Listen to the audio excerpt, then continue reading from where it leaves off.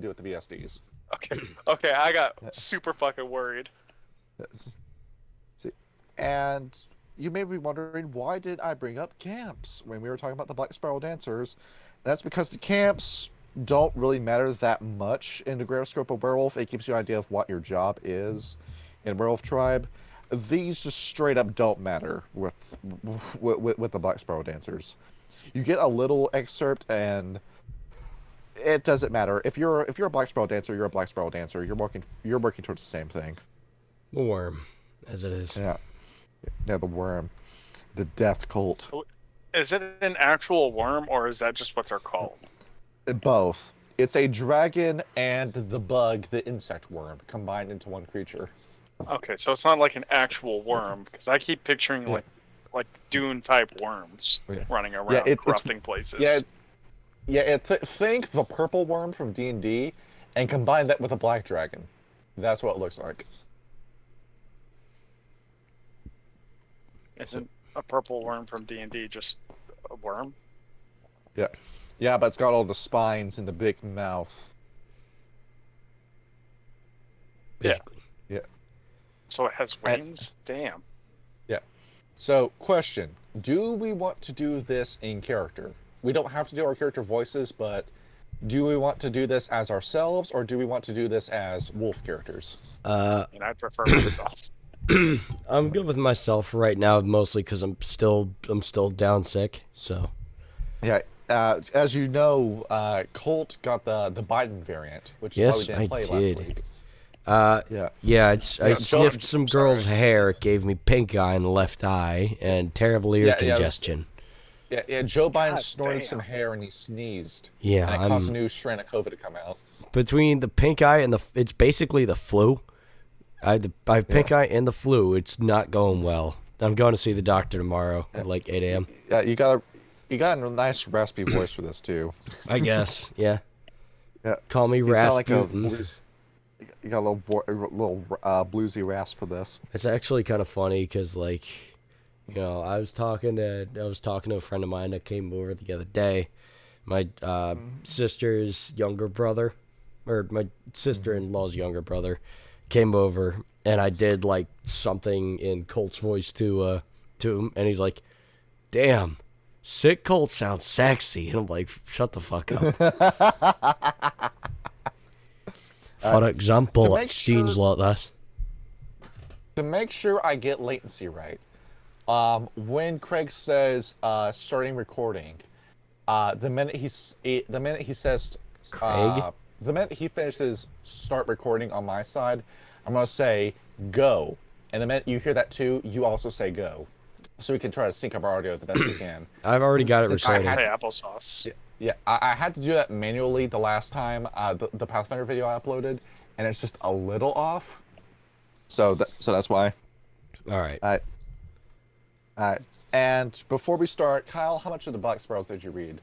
I read a little bit of the history up to, I think, the Lion Totem, and I did a lot more research on the, give me a sec, the gifts and the rites. I looked more into those, especially the gifts. Gotcha.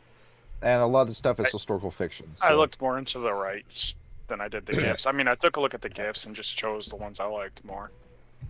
All right. So, Kyle, when we start the gift section, I'll have you introduce the gifts, and then Ryan, I'll have you introduce the rites. All right. There are a lot of gifts, and there are a lot of rites. And then at the end, we're going to get a little philosophical about why taking the black pill is a really stupid idea. While the best moral argument against a nihilist is to kill them. Yeah. I don't know what. If you want to die so bad, here's your gun. Yep. It's like that meme of the skeleton sitting on a park bench, and it says nihilists doing fuck all with their lives because the sun's going to explode in 3 billion years. Yeah. Or you saw Smiling Friends, right? The whole thing with Grimm after the boss holds the gun to his head and he starts crying. Yeah, he pisses himself and cries. Relax, man. I was just going to shoot you in the face and kill you. Yeah, if you want to die so badly, here it is.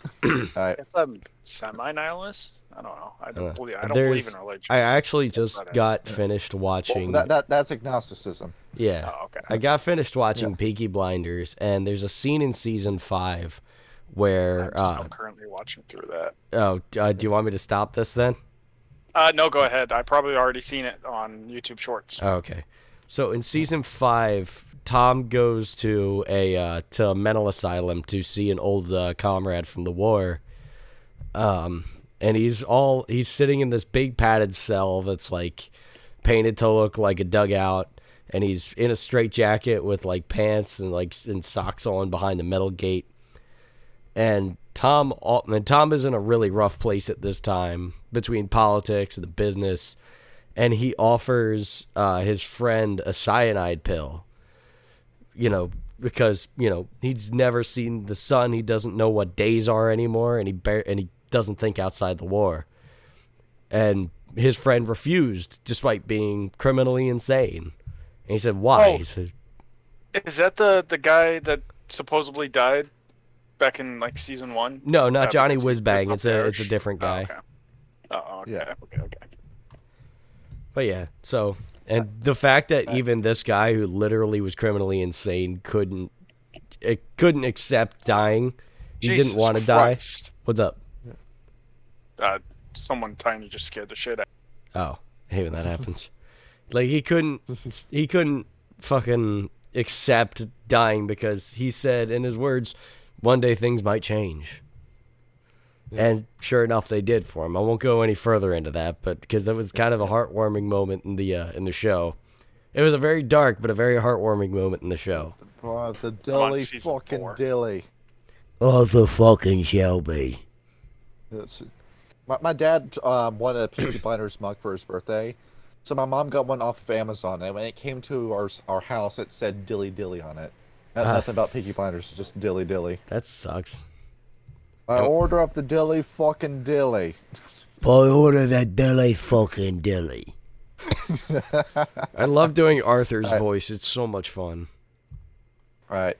Hitting the button in 3, 2, 1. Go. Hello. All right, so it's up. Yes. And this is our first episode of the podcast. I'm going to call this a Galliard's Guide to Werewolf. After the Pentex Guide and the Gentleman's Guide. So Here we are.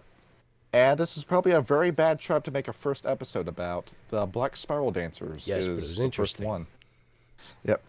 Yep. The black pill of the werewolf game. Yes, otherwise known as things are fucked, go kill yourself. That's it. Exactly. So the Black Spiral Dancers, to very quickly summarize what they are, it is a death cult dedicated to the worm. We're going into this assuming that you already know what the worm, the Weaver, and the Wild, and Gaia are, along with Gero as a whole. So this is the one and only tribe that follows the worm. And they want a giant bloodletting, they want misery, they want debauchery, they want to see the world die, they want to see people get hurt, they want to see the world burn. That's them very quickly summarized. And we're going to explain them at length. Yes. So, the source that we are using for this is going to be the Book of the Worm, 2nd edition. That is what we're reading the most off of. And we're going to combine a little bit of 1st edition and 20th edition with this. They all tell different stories about how the Black Spiral Dancers became the Black Spiral Dancers. A few variations between the stories. The reason why they go into Malpheus is the big thing that's different. So, Kyle, you have read the story. Ryan, you have read the story. And so have I. To introduce ourselves, I'm the guy who's running this show. My name is Johnny. And over here we have Kyle, who's you might as well introduce yourself. They can't see you. I am Kyle, otherwise known as Colt Mason. I will be in charge of the production of the show, as well as pitching in for dumbass stories that won't make any sense in the context of the show. Yeah, go follow him on Twitter and bother him there. Yes, at ColtMason7 on Twitter.com. And we have Ryan with us. Yes, I am Ryan, otherwise known as F5Y6. Newbie of the group. Yeah, we have all played Vampire the Masquerade. I'm the guy who ran the game. We all know Vampire. I know about Werewolf. Kyle is a little bit green on Werewolf, but he's very quickly learning, namely because I've been bouncing all my storyteller ideas off of him. Yeah. And Ryan is pretty green to Werewolf. So this is going to be a learning experience for anyone who's listening, and a learning experience for the two people joining me today. So, the best way to start with a story, start at the beginning. So, who were the Black Spiral Dancers before they became the Black Spiral Dancers? What were they known as? They were the White Howlers. They were I believe I remember, a Pictish tribe. And what I find really cool about the Picts is that they never named themselves. No. The Romans named them the Picts. Yeah. As it said in the book, in the text as you sent me, it was the Painted Ones. Yeah, the Painted people, because these were a bunch of assholes who ran around at the time Scotland, and they just beat the shit out of anyone that they didn't like, and stole all their stuff, killed the men, took the women, and they would love to cover themselves in body paint. That is a very brutal oversimplification of the Picts, but we have a lot of stuff to talk about. Paint themselves blue and then bully the Italian weirdos that moved into the South. And what's really cool about the White Howlers, when you look these guys up, especially their picture in Werewolf W20, they are pure white werewolves with blue crescent moons that just naturally appear on their bodies. It's such a sick-looking design. It makes me want to play them just from the visual appearance alone. We'd have to do an ancient campaign for that one then. Yeah, you're going to have to do really ancient, because these guys hit their times of trouble around 80 AD, so you can't even do Dark Ages with this. You have to go to Savage Age. Was that what it was referred to before, before the Dark Age? Yeah, the Impergium times. Yeah. Speaking of the Impergium, the White Howlers, when the Impergium came, where Ryan, just to remind you what that was the Silver Fang saying, it's time to kill all the humans. That period of time. The White Howlers went along with it, namely because the White Howlers, well, there's the Picts, and then there's the White Howlers. You take that very unflattering description of the Picts I just gave, you amp that up for the White Howlers. These guys loved killing, they loved alcohol, they loved sex, they loved themselves. You take the hedonism of the Fianna and the love for battle of the Geta Fenris, and you combine those two traits, and only those traits, that's the White Howlers. So, before they fell to the worm, they were already problem children. By all intents and purposes, they were problem children. And when the Impergium ended... Oh, you were saying? They sound like a typical Scottish family. Oh, exactly, but twice as violent as the modern-day Scot. Understandable. So, when the Impergium ended, the White Howlers said, oh, okay, whatever. War of Rage happened. They gladly participated in that. There was one group they didn't go after, which was the Gural, because, they were cool with the Gural at the time, but if you were anyone else, if you were Macaulay, Korax even, or just any other changing breed, it was hippity-hoppity, you're on my property, time for you to die. Yep. The Gural would, of course, go into hibernation, but we'll talk about that more when we talk about the Fianna. Because the Gural come back in a big way when we do the Fianna. Yeah. And years went on, as usual. The Picts had Scotland to themselves, and the Fianna were their neighbors, the Celts. And historically, the Picts and the Celts weren't exactly friends, but they didn't hate each other. It's, you stay in Ireland, we'll stay in Scotland. Neither of us like the Brits or any other tribe south of us. We'll just leave each other alone. That was the relationship. But the Fianna and the White Howlers, they were buddy-buddy. The White Howlers love to party, and nobody throws a party better than the Fianna. One of us would know this because one of us is playing a Fianna. Why I love the Fianna so much, man. So you can quickly see why the Fianna started their reputation as everyone's best friend. It began with the White Howlers. So that kind of makes what happens further down the road even more tragic, because that was the Fianna's first friends. But what happened next? 80 AD. Well, no, I'm actually getting ahead of myself. The Fomori Wars. Kyle, I told you about this briefly, but to very quickly summarize this, we'll go way further into detail about this with the Fianna. The Defiler Worm learned how to make Fomori. Do we remember what Fomori are? If I remember roughly from our vampire experience, is basically just a worm-tainted being that's been completely corrupted and is now a living agent of the worm on the surface. Yeah, and Ryan, I sent you what those powers look like, and you can become a nasty motherfucker with the worm once you become a Fomori.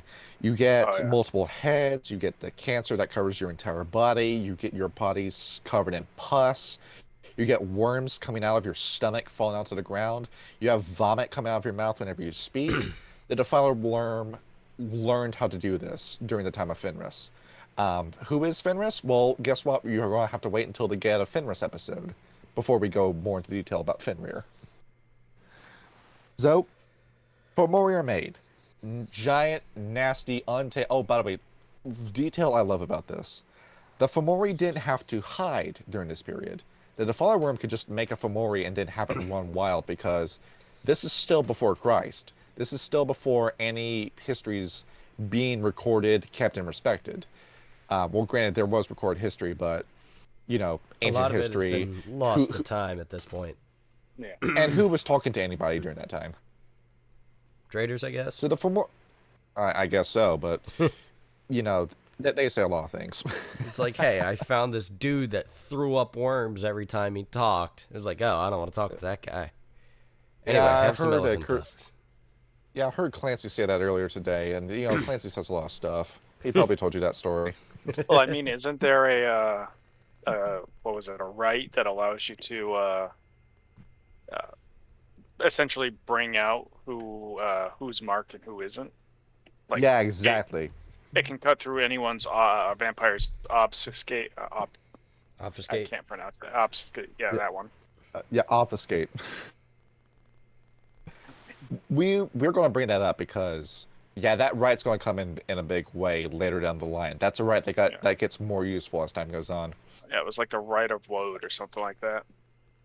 Yeah. The Fomori Wars happen. The Get of Fenris respond to it with GGEZ. They very quickly handle the Fomori on their own. And being the ones to kill the Fomori, they named them the Fomori. That's a Get of Fenris name. The Fianna, not so lucky. The Fianna were almost genocided by the Fomori. There was one in particular, Baelor, and it's kind of interesting hearing about him in the book because it doesn't say what his killer gaze was supposed to be. This was a giant guy with one eye that he would look at you and you would just die from that. So is it like the Death Note where he looks at you and then you just drop dead of a heart attack? Or is it a laser that he's shooting out of his eye and it just vaporizes whatever he looks at? Or maybe it's like a, like a Cthulhu sort of thing where anybody that looks at him just goes mad from looking at him. Yep. Your head pops when you look at his eye. Yeah, like scanners. It was the White Howlers who saved them from Baelor and all the other Fomori. And if it wasn't for them, both the Fianna and the True Fae would have been completely wiped out. Yeah, we wouldn't have Changing the Dreaming if it wasn't for the White Howlers. So, the Defiler Worm, after seeing all of her babies die in battle, says, I would have gotten those Fianna if it wasn't for those White Howlers. I need to invest all my resources into killing the White Howlers. So the Defiler Worm begins a long game. So, Ryan, what happens in 80 AD? 80? Yeah. Let me go through my notes here. There was this Roman architect called Hadrian. Yeah. The only thing I see is 80 CE. Yeah. Well, Hadrian's Fall. Yeah. Okay. It just puts it different. CE. I don't like 80. Yep. Essentially, the shit. Essentially the shit, yes. Yes, it did go to shit. Yep. We pay a guy we pay a guy called Hadrian to build a wall for us. Yeah. And it's going to be our main defensive line when we try to conquer the Picts. The Romans, who at the time were run by the Ventru, after the Ventru kissed up to the Toreador, said, "Can we please run Rome for you?" And the Toreador said yes. The Toreador went off to be Caligula, while the Ventru went off to be Julius Caesar and Augustus Caesar. to quickly explain what Rome was like in the World of Darkness. So, the Ventru are trying their best to conquer the entire world, but those pesky Picts are getting in the way. The Vikings can wait, but we want the United Kingdom, the land that would be the United Kingdom, the British Isles first. And the Picts just won't let it go. By this time, they have the Gedefenris and the Silverfangs, the monarchs of the werewolf world, with them in the British Isles. The Picts are trying their best to keep the Romans out, and for a while they do a good job. But disaster strikes. This is how it starts. In Werewolf First Edition, when it brings up the Book of the Worm, it says that a few White Howlers were approached by an agent of the Defiler Worm, who said, "Hey, we're about to completely ruin your lives. We are going to rock your cairns, all of your septs. They're going to belong to us. There's nothing you can do about it. I need your full and unconditional surrender today." And those White Howlers went along with it. And those White Howlers went off to become the first Black Spiral Dancers. And what did those Black Spiral Dancers start doing? They started corrupting their brethren and basically corrupting their cairns. Yeah, exactly. Imagine this. I'm cracking up in a cold one, so you might hear a click. There it is. Nice.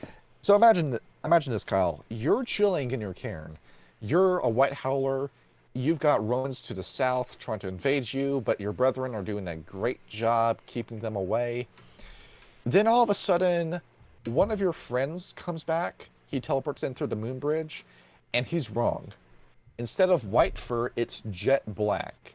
And those crescent moons that were patterned on his fur are replaced with green spirals. And then he raises his hand, and all of a sudden, tentacles shoot out of his palms, and they start stabbing people.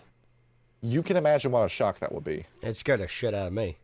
Now, I'm wondering why they just kind of, when the Defiler Worm came to them, said, "Hey, you guys are screwed anyway. You should just surrender," and they just surrendered. Why? As we look further into the Book of the Worm, the Defiler Worm is very good at talking to people. I mentioned Sutek to you before, Kyle. Sutek. The Set.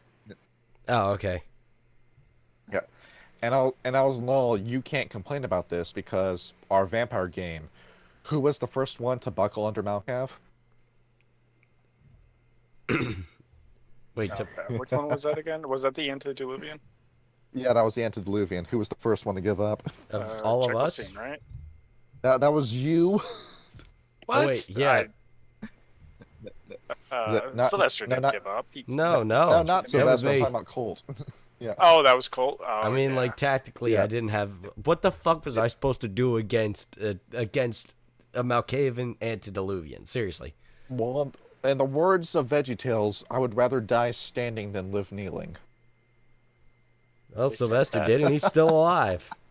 He somehow made it out of there. The only one survived. So that's the exact same scenario where the Defiler Worm, Malkav in our game was already a physical god. So you take the Triadic worms split into 3 different parts. The Defiler Worm is one of those thirds. That is the cosmic personification of death, decay, and corruption. That's way stronger than Antediluvian ever could be. That's stronger than Zamichi. That's stronger than Hakim. Are you going to say no to that when it appears before you? Yeah, I suppose you have a point there. Yeah. So, these Turn Traitor White Howlers start killing the White Howlers, the ones that are working with the Garo Nation. But they're not called the Black Spiral Dancers yet. So, there's a big problem. Silver things with them, or no? Yeah, Or did yeah, that come later? You had the Silverfangs with you, but the Silverfang leadership in Caledonia, which was the base of operations for the Picts, you quickly find out that those guys were blowhards. You learn more about that in the Fianna book, but the Silverfang leadership at the time was incredibly untrustworthy and unreliable, to All the right. point that the Fianna would eventually drive them out and replace them with their own leadership. But so you've got Ventru to the south, and they have Toreador and Malkavians with them. And then you have the Black Spiral Dancers, the proto Black Spiral Dancers, appearing within your cairns. Now is a very bad time for the Get of Fenris to say something. Hey, the Get of don't do Fenris. You wish the Get of Fenris said that. No, the Get of Fenris said, "You're not doing a good enough job at this. Get out of your cairns. Let us into your cairns. We're going to take it from here." Oh, so they just essentially wanted to take over. Yep. Yeah, yeah. Well, that's the thing with the Get of Fenris. Even though they're good people, they're very full of themselves and just assume they have the answer to everything, and that answer being violence. So, with how I described the White Howlers, you can imagine how poorly they reacted to that. Yeah, I imagine. And what exactly did the Get of Fenris do to those that did not comply? The Get of Fenris said, "Fuck you, we're taking this cairn anyway." So now you've got the Get of Fenris attacking the people that they're supposed to help, who are the White Howlers. Yeah. Yeah.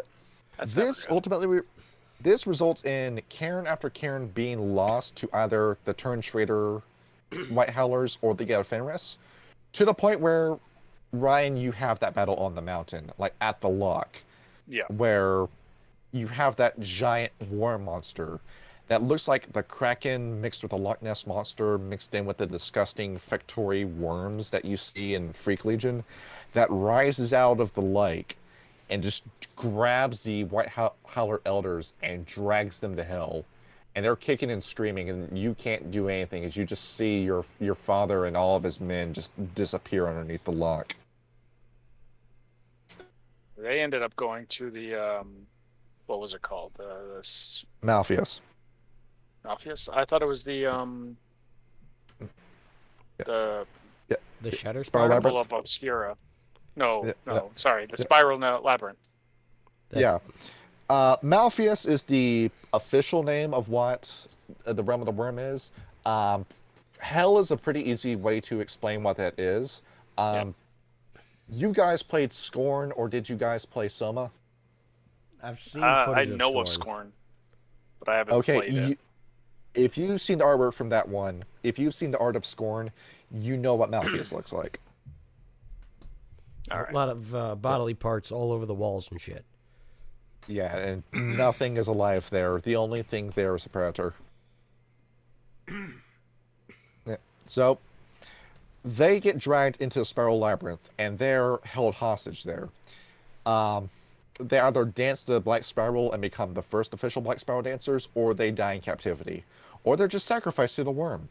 We don't know because none of them are alive to talk to, and when they're in Malpheus, the White Howlers can't contact them.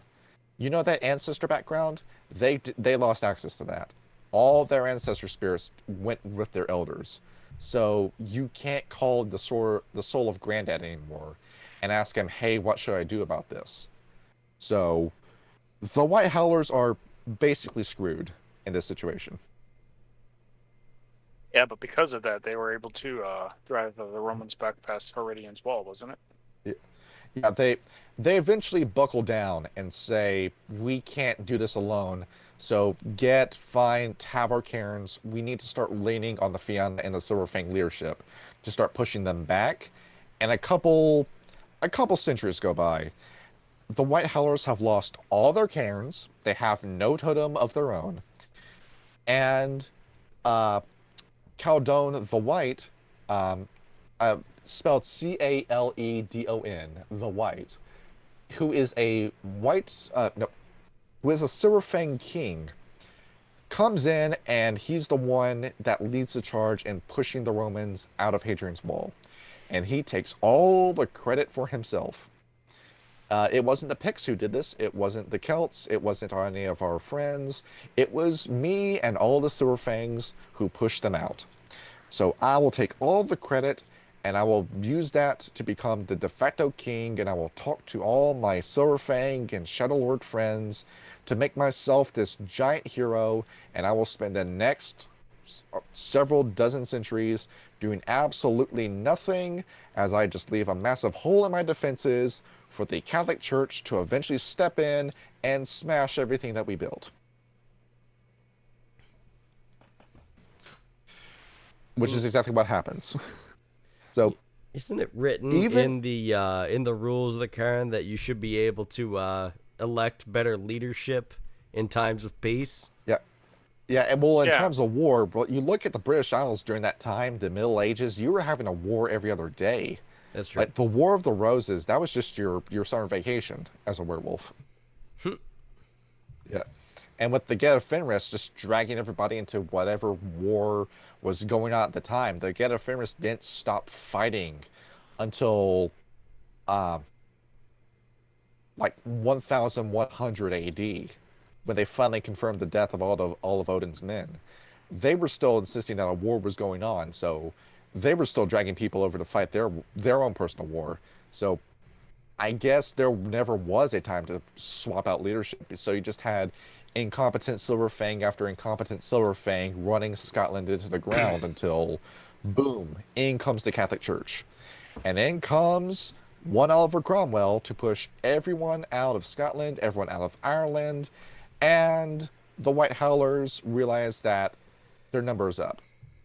We've got to shit or get off the pot. So they decide that they're going to do one last invasion of Malpheus. And if they die, they die. If they win, that's going to be great. Their plan is to get their ancestor spirits out of Malpheus. They're going to grab them. They're going to drag them back up to the world. Hopefully, you can still talk to them. Hopefully, they're not corrupted. Because we really need to talk to Grandad again. So, the fight is almost, as the fight's about to start. It's the pre-planning of the invasion. The White Howlers are going around person to person asking, do you want to go to hell with us? The Fianna response is, dog, that's a really bad idea. Don't do that. The Silverfangs reply with, you're not allowed to do that. We're going to say you can't do that. And then they ask the Galliard and the Black Furies, who both respond with, fuck you. We're not doing anything you say. Essentially, yeah. Yeah. The Galliard were very nice at this time, and the Black Furies even nicer. I find that surprising. So, the White Howlers decide if nobody's going to help us, we're going to do this suicide mission by ourselves. But we're going to call a guy before this. They dial up a totem for themselves, Lion, who is this well, what do you think Lion is based off of his name?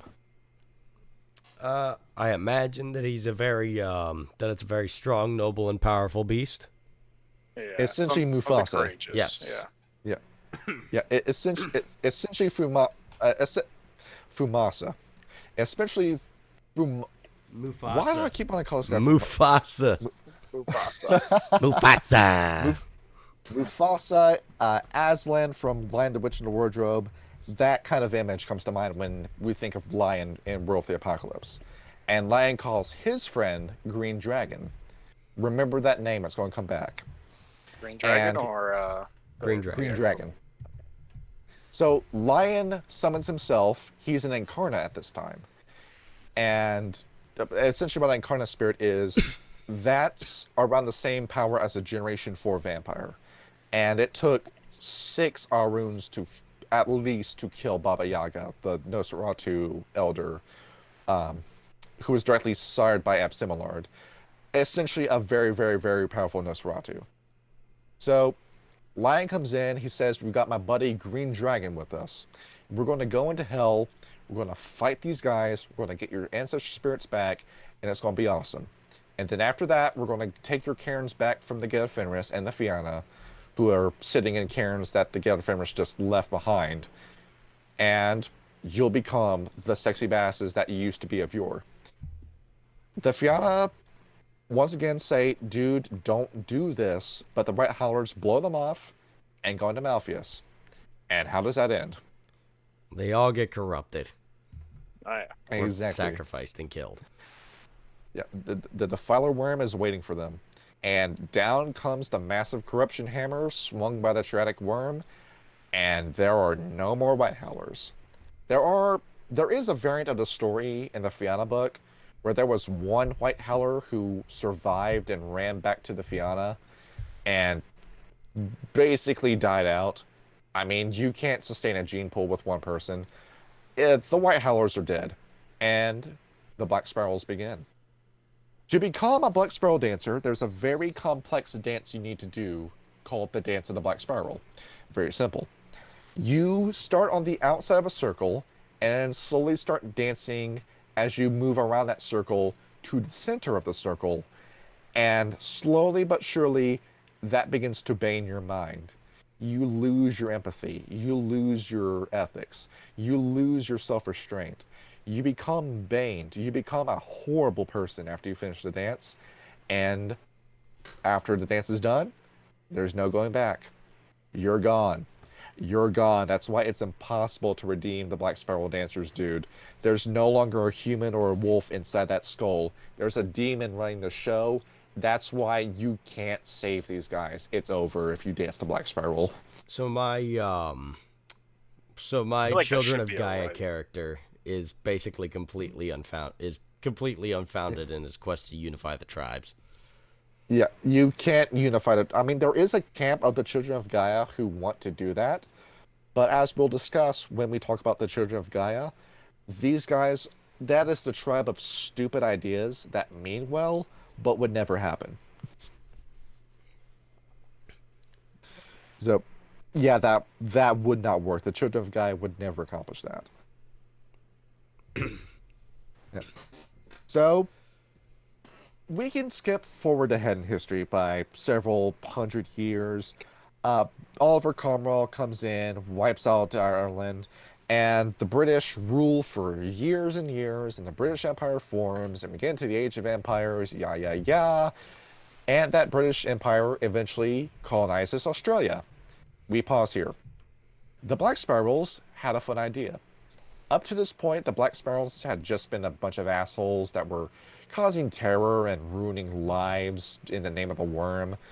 But they saw a really funny prank they could pull here. They looked at the Red Talons, who were living in Australia, and they looked at the Bunyip, the Thylacines, the Tasmanian tigers, who were just minding themselves. So they took 2 Red Talon kids, brutally murdered them along with other things, and then dumped their bodies off in Bunyip territory. When a Red Talon eventually discovered those bodies, they immediately blamed the Bunyip, and the Bunyip botched their defense so badly that it led to the War of Tears, which resulted in the complete extinction of the Thylacine. Humans didn't do that, the Red Talons did. Well, shit. And yeah, Kyle, I still love the Red Talons though, because the Red Talons, I don't understand why. They're fucking insufferable. Yeah, well, no, the Red Talons had a reason to do that, but it's because the Black Spiral Dancers tricked them and made a pretty convincing crime scene to make it look like the Bunyip strike first. It's not like the Shadow Lords where they just killed the Camazotz because they didn't like the cut of their jib. Yeah, but still, you figure they would have, like, okay, there'd have to be a really fucking convincing crime scene. Yeah, but, well, the Black Spiral Dancers are pretty convincing people. We're going to talk about their auspices because we just finished history. Okay, auspices time. Yeah, yeah. And if you want to know what the Black Spiral Dancers are doing now, they really want Scotland back. For some reason, the Black Spiral Dancers just have this hard-on for Scotland, where they just want to go reclaim Scotland for themselves, form this massive pit that... Oh, no, it's not a pit. I mean, that's where it all began, wasn't it? Yep. Yeah, exactly. That's their homeland. That's the entrance to Malpheus. It's in Scotland. If you want to go to hell, go to Scotland. I mean, you've been, both me and John have been to Scotland, so yeah, that's about right. You had a better time in Scotland. I went there. It was a dystopia. Well, I went before EU fuckery, but we won't get into that. Yeah, I was looking at Glasgow, I was looking at Dumfries, I'm thinking, good God, why does anyone live here? I don't know why, but whenever I hear Dumfries, I think of fries for some reason. Yeah, Dumfries. Because it's spelled like that. I'm pretty sure I'm not allowed in Scotland due Why? to some past history. Good. I can get into that later. That sounds like an interesting story. Yeah. Okay, well, because it's because you're Get Heritage. You're playing like a Fenris. That's why. Oh okay. Yeah, exactly. That's why. Yeah. They just know. So, how to play a Black Spiral Dancer? This is a death cult. You want to see other people die. You want to die yourself. The Black Spiral end game is the death of everyone on the planet. This includes you. And we'll go into how you can do that based off of which of the Tyrannic worms you serve and which auspice you have. Auspices, we're once again assuming that you already know what those are. So, I was watching Werewolf Den make their video about the Black Spiral Dancers before I did this one, and I didn't like it, but it's their best video. Yeah, take that as you will. So, they did bring up one good point. When you encounter a Black Spiral, that's a boss fight. That's not just a simple encounter. It's not like fighting a ghoul in Werewolf or fighting a Fomori. No, this is a boss fight. This is a guy who can very easily kill your party by himself. And if you're fighting 3 or more, that's going to be a hell of a combat encounter where you will see your NPC allies die en masse, and you might have a player character die in that fight. Like 1 or 2, not much. Yeah, these guys have a lot of fun tools to play with. Yes, they do. And they also brought up that there's multiple kinds of Black Spirals based off of how they've seen people run them. And you kind of have a point there, but we'll get to that. If you want your Black Spiral to follow the Calamity Worm, you essentially have a very, very dangerous D&D orc with flamethrowers, tentacles, and other fun powers that they can use to very easily kill a party. You take what looks like a mook.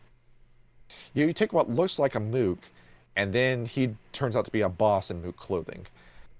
Essentially, this is a guy who's running around venerating the Calamity Worm, which is just chaos for the sake of chaos, death for the sake of death, murder for the sake of murder, and doing exactly that. He kills people because that's just what he does. You don't want to think of these guys as people so much as a force of nature. If you want a lupus Black Spiral Dancer, this is a very good avenue to take, because if you're a lupus, if you have the misfortune of being a poor animal that's captured and raised by the Black Spirals, death and suffering is going to be all you know. So this is perfect for a Calamity Worm character. If you want to make a Consumption Worm character, you are making a very intelligent psychopath. Think of stuff like Johann Liebert from Monster, or Yoshikage Kira from JoJo's Bizarre Adventure, or, Kyle, I know you're going to get this one, Gendo Ikari from Evangelion. Oh, fuck me. Yeah, so this is a guy who's a psychopath who's got all the cards in his hand. He knows exactly what he's doing, and he's out to corrupt you. This is a guy who wants to see you give into your demons. He wants to see your life ruined, and he doesn't want you to know that he's the one who's doing it. So you want to dump a lot of points into this guy's appearance, manipulation, or charisma, or intelligence and perception, or wits, because, this is a guy who's going to talk first, kill second. Granted, he is going to be very dangerous in combat, but this is a guy who wants to see you suffer who wants to see you give into your inner demons, rather than have him go out into the front and kill you. And if you want a defiler, you essentially want the worst kind of furry possible, as in like the rapey furry, like the non-con fetish furry. Oh, Jesus. This is somebody who wants to get you high on bath salts, who wants to get you drunk out of your mind on alcohol, and who wants to tie their hands behind your back and have their way with you. They want to feast on the delights of this world, and they don't want anything to stop them. There's a they have their own version of the litany, and there's one in there that's something to the effect of kill anyone who gets in your way, specifically in the way of your fun. That's what the Defiler Worms do. This is the deepest, darkest version of Slaanesh you could think of from Warhammer 40k. It's somebody who wants their sex, drugs, rock and roll, torture, and murder, and is willing to just ruin the lives of anyone who wants to get in the way of that. And if they want you to be part of that fun, God help you. Suicide, you want to kill yourself if you get captured by these guys, because what you will do to yourself, it will be a mercy compared to what that Defiler Worm Black Sparrow Dancer has in store for you. Kyle, do you have any ideas based on what I've just said? As of what to build with each of those? Like, what kind of villains do you think you can make with a Black Spiral, based off of what I said? I mean, there's a whole lot of kinds. Honestly, the closest analog I can think of, they're like the werewolf version of the Ministry when it comes to vampire.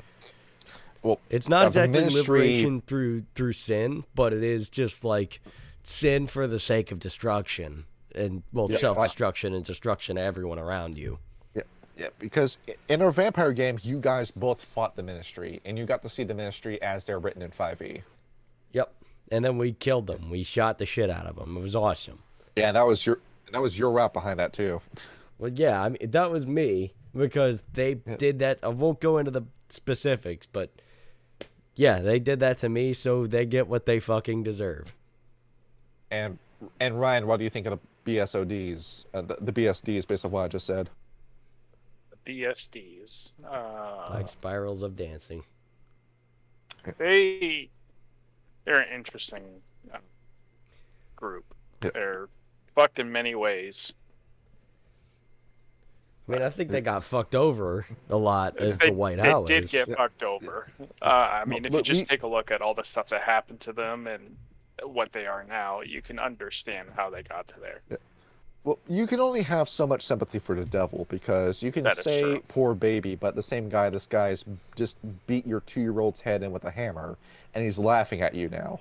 Can you still feel sympathy for him? Well, you can't feel sympathy for him now because, like, he's been corrupted. I mean, the White Howlers before their corruption. It's like how White Howlers you can feel sympathy for. It's just the Black Spire Dancers now are, I don't know, crazy. They're just absolute monsters. Yeah. On top of that, they get other people they get other Geru from other tribes to join them, because you just need to do that dance and boom, you're a Black Spiral. Yep, that's the sign of the contract. There's like specific rites that will target them, other Geru, and how do I say it? Yeah. They bring out their vices. Yeah, and then they can use another rite to amplify that bane and get them to just either attack their friends or other things. Yep. People. It drives them absolutely insane. Yeah. Yep. So that's the fun shit you're able to do with the BSDs. Going down the line to auspices, how would each auspice handle this? The Ragabash. This is your spy. This is the guy who, it's less of the political Socrates type of Ragabash. It's a guy who already doesn't give a shit about politics and is out to ruin the political spectrum and ideas of anyone who they just happen to come across. These guys are going into cairns pretending they're not Black Spirals. Preferably, you want a guy who isn't jet black and glowing green to do this. That's very difficult to come by in the Black Spiral Dancers, I imagine. Yep. Yeah. You look at a lot of them are fucked up, so this guy is more than likely going to be a Hamid. Not a guy who was born into it, a guy who was converted into it. The Ragabash is already pretty rare because how many babies are born during a new moon? So, once you get your hands on a Ragabash and you corrupt them as a Black Spiral, you want to keep that guy. You don't want anyone to know that they're corrupted.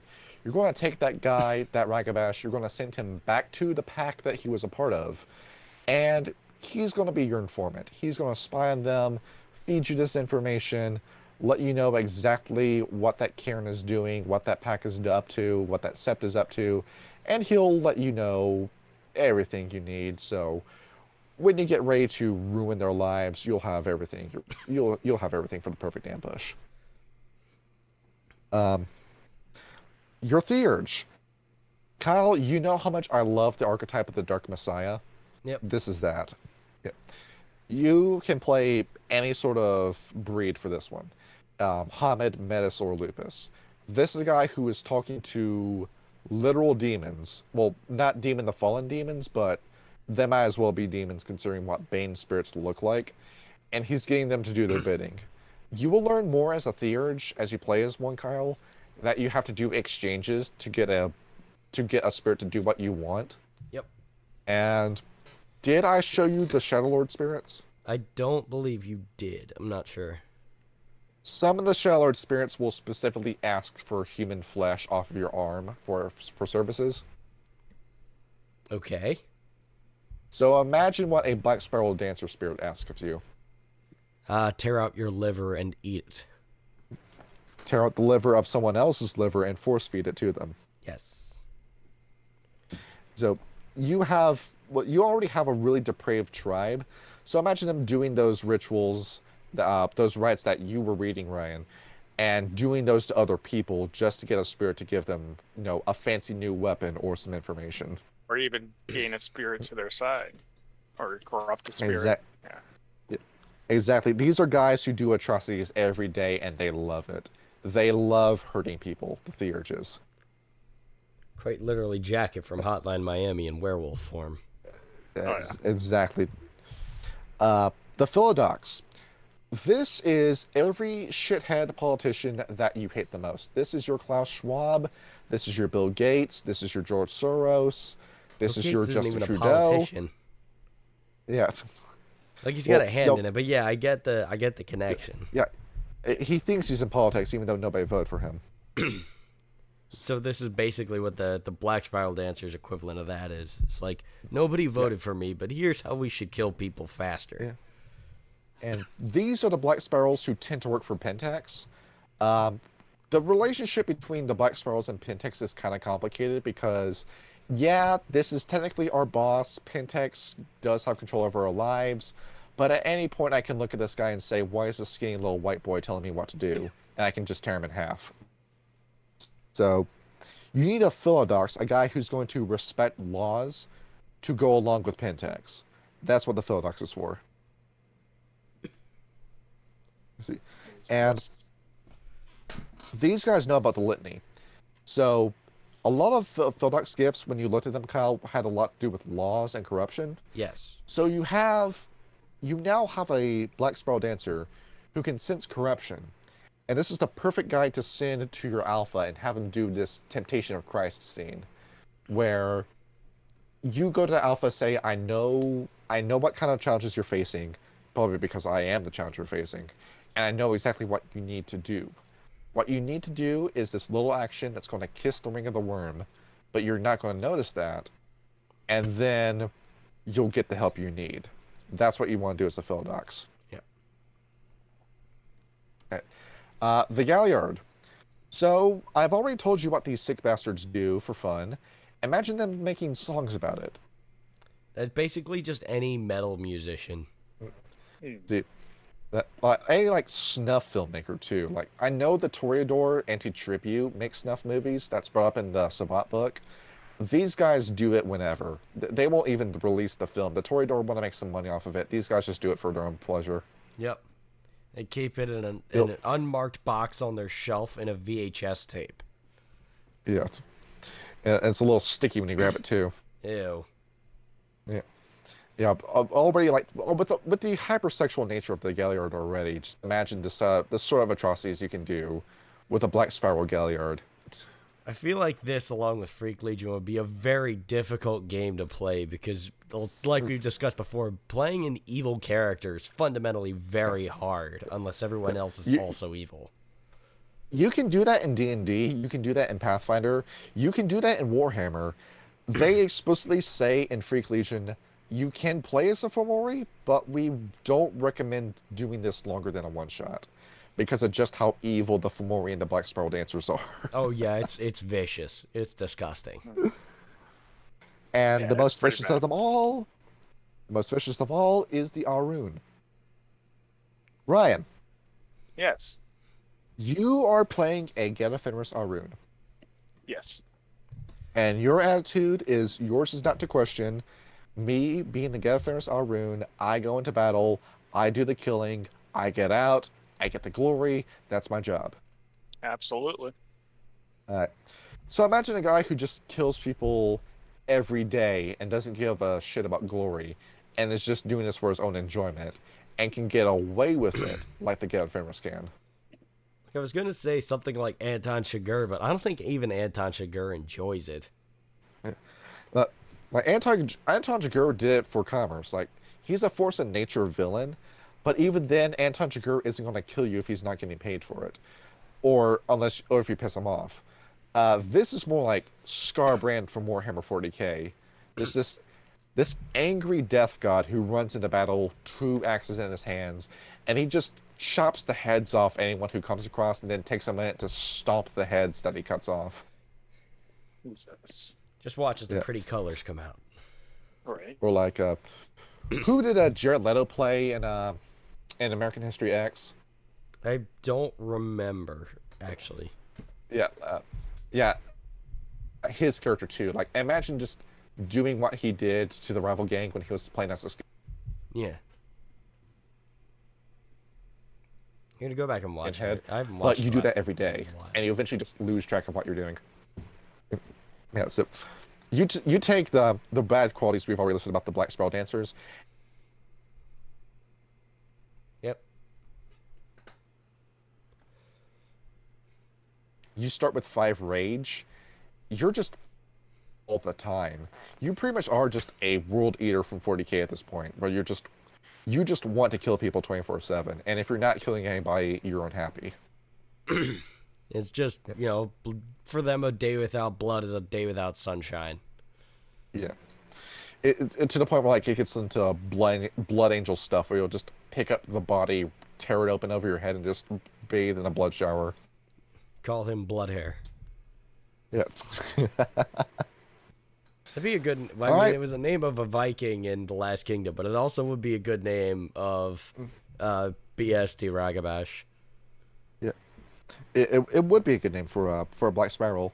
Speaking of Black Spiral names, a lot of them are very weird. How so? These guys, yeah, oh yeah, these guys just have fucking weird names, or names that just sound stupid until you figure out what they're supposed to be. Um, there's one of them called Jack Jack. That's just their name, Jack Jack. Nice. Um, what that's supposed to be is the sound of the opening and closing of teeth. Oh, that's kind of scary. Yeah, it's Yeah. kind of weird. You also I mean- have. You mean what? I mean, if it was just a name Jack and Jack put together, that'd be fine. But like, name yourself after teeth clacking? Yeah. These guys are fucking crazy, dude. There's also Zizak, who is the matriarch of the Black Spiral Dancers. Yeah, they have a leader. They don't exactly listen to what she says all the time, but they have a matron. And she is the de facto strongest werewolf out there. Stronger than any Geta Fenris out there, too. She can go in and fight entire packs by herself and win. In Times of Judgment, she is specifically listed to be a final boss. You fight her last in that campaign, and that campaign ends with her death. What are some other fun ones? Squelch. Ben Lart, Flan Morg, Mockmaw, Moon Screamer, Moon Screamer's kind of badass. Duncern, Yeah, I can't agree with. Elap Elapylliw. Spell that again. I have no idea. Here, send that to me in chat. I want to look at that. Okay, you spell like this. You spell it as Elapylliw.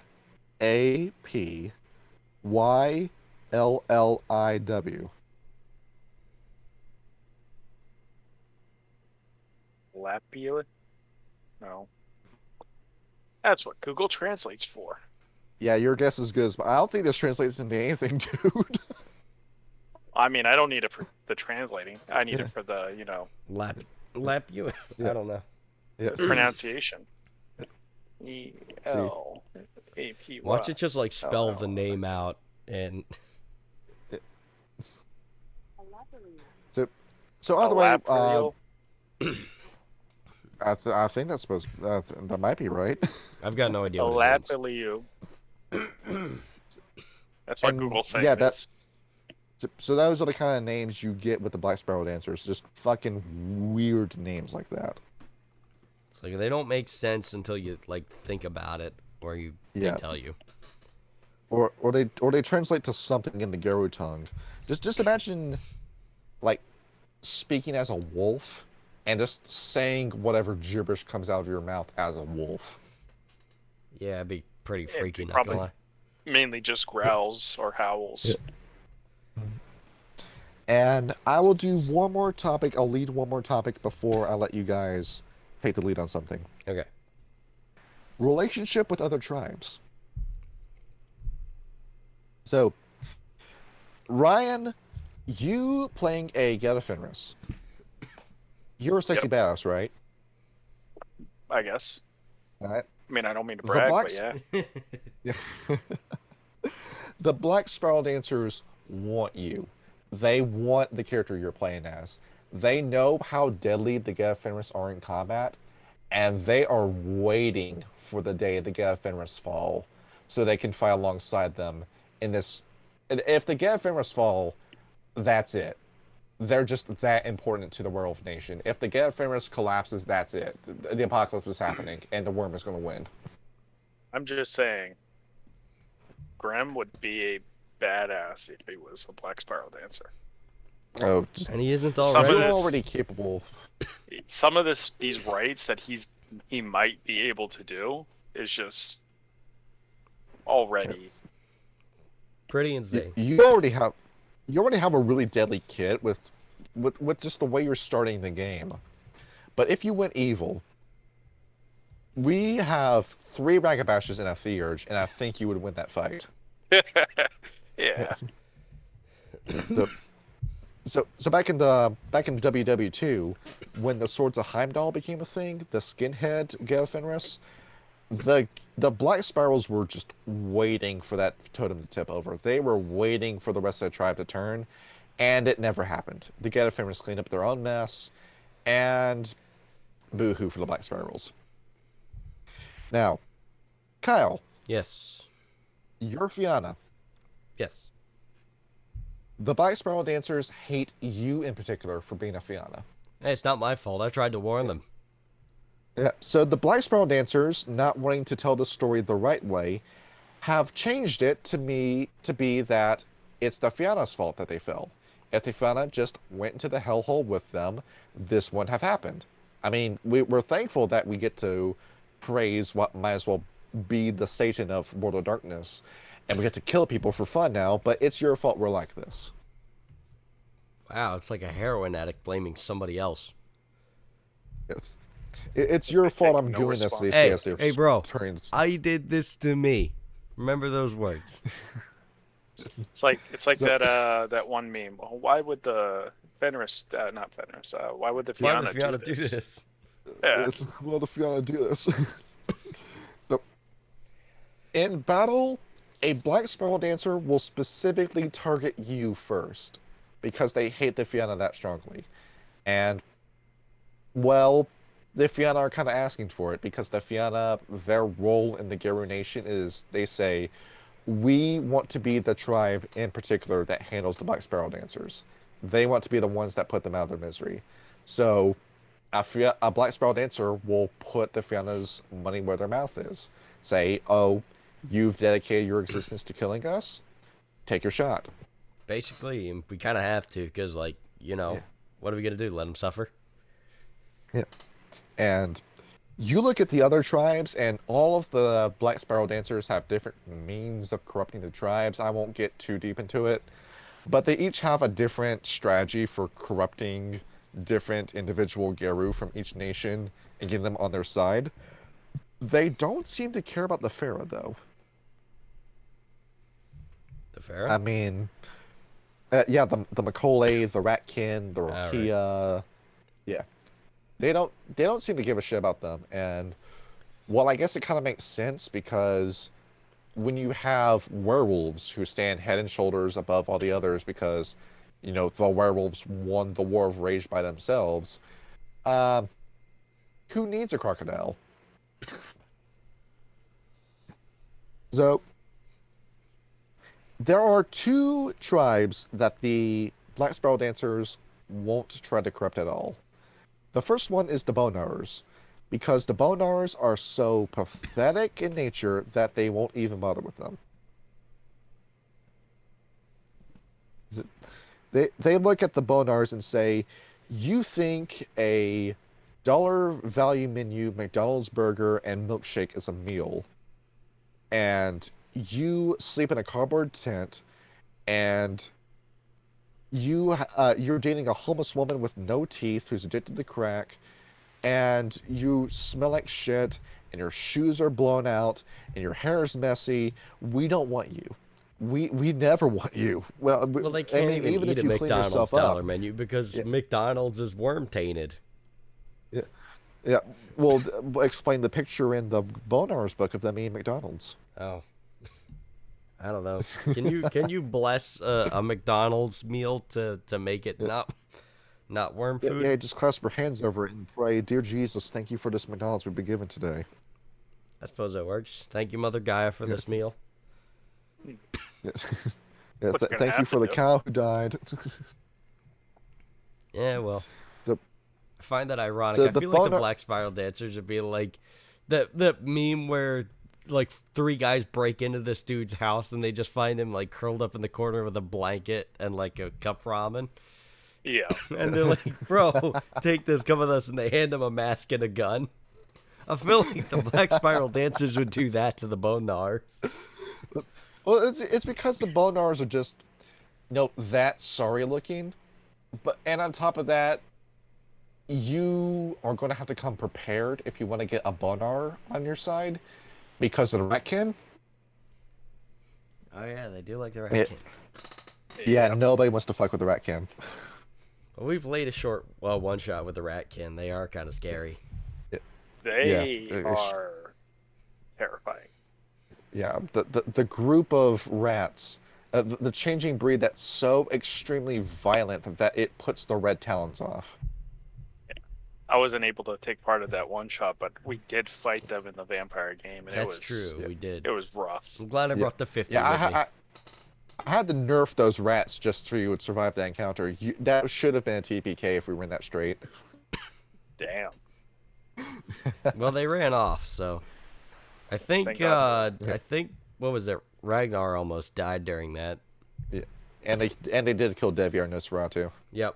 Yes, yes, Poor they did. Devi. Uh, So the other tribe that the Black Spiral Dancers won't even attempt to corrupt, the Glasswalkers. Because of the Weaver? Yes. Maybe, yeah. If you if you are encountering a Glasswalker, first of all, Weaver taint. Second of all the money that the Glasswalkers have. The Glasswalkers make the most money out of any werewolf tribe. I mean, Almighty Dala and Easy Credit are two of their totems. And just from having them around, your GDP is going to shoot up, so to speak, as a Glasswalker. So you have Glassworkers that own businesses, dude. They own DNA. They own other companies. They partner with Shinzui, which is this massive weaver company that rivals Pentex in Japan. You can't fight the Glasswalkers on even footing. The Black Spirals, in their own words, say if there was a tribe to kill us all, it would be the Glasswalkers. So, There was another tribe, wasn't there? well, That you there said are. that to? It's funny because in Times of Judgment, there are two tribes that do solo the Black Spiral Dancers and win, I'm going to go but get we'll some talk water. I'll about be them right when we back. talk about them. Alright. Yeah. So that's the fun you're able to have with the Glasswalker because I've explained this to Kyle, but I haven't explained it to you, Ryan. So when you become Bane possessed, you become a Fomori. Okay. When you become Weaver possessed, you become a drone. Oh, yeah, Yeah, you were mentioning that earlier. yeah, and you've seen Terminator, right? Yep. Yeah. Well, So a long time ago. you know just how hard it was to kill the T-800. Yeah. Imagine fighting T-800s. Jesus. Yeah, 10 of them. Wow. So, That's and on top, they have this really fun ability too. They heal every turn. Not every their turn, every other player's turn. Jesus. So that's one Can I play aggravated one of damage they those? heal. Yep. Oh yeah, the more people you have in initiative, the more health that drone You'll is going to get. have. I mean, Yeah, even so, even if you have two, you're healing every round, yeah, twice. yeah. And even when you have, if you have 10 drones, that fight's unwinnable. You have to escape. And unless you can find a way to do more damage than they're healing, and I think Sylvester is a great pick for that because of Yep. or anyone with blood sorcery really. Yeah, but at the same time, these guys don't bleed. They don't have blood anymore. Their skin is plastic, their bones are metal, their Oh, muscles are carbon fiber. as far as I'm aware,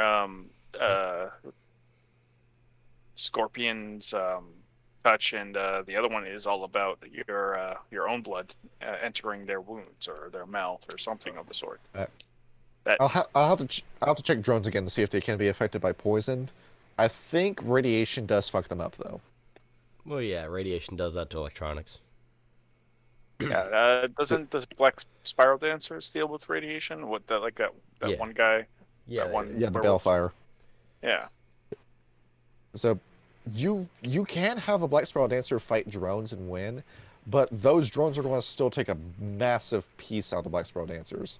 And if it's a droned werewolf, the cyber dogs were already really deadly as a camp. If that cyber dog got droned, you have a enemy that has an endless supply of gnosis and the ability to use fetishes. that is pretty That scary. that's an in-game boss if you're fighting a drone glasswalker. Oh yeah, So the Black Spiral Dancers don't even bother with the glasswalkers. They say if you see a GW, even if there's a Fianna on the field, kill the glasswalker first. yep. See, Yeah, it was if Bale's Karis and Scorpion's touch. you know your fun vampire abilities. It's funny because drones and vampires, you're kind of cut from the same cloth In Really? a way, because yeah. you're both yeah they're both considered to be parts of the Weaver because of their stasis effects. Like healing from blood, looking the same way, you will forever since your embrace. That's Weaver stuff. And now I begin to tone down on my jibber jabber. Let's get into gifts. Kyle, Okay, your gifts. gifts. There are a lot of them to the Black Spiral Dancer. So, starting with rank 1, we have Bane Protector, Resist Toxin, Shroud, and Smell Fear. Now, with Bane Protector, what we got with this is a Black Spiral Dancer can summon a Bane to their, or the Black Spiral can summon Banes to her aid, and they will. And so, first, the only issue is that the Black Spiral needs to convince them to actually work for them, and they must be in the best interest of the worm. So they can fight for the Black Spiral, but they will not allow themselves to be bound or destroyed, and will also try to arrange a bargain for services afterwards. So, like, you can summon It's also help, but they're going to want something in return, and they will not die for you. a lot of these Banes, they're pretty dangerous on their own too.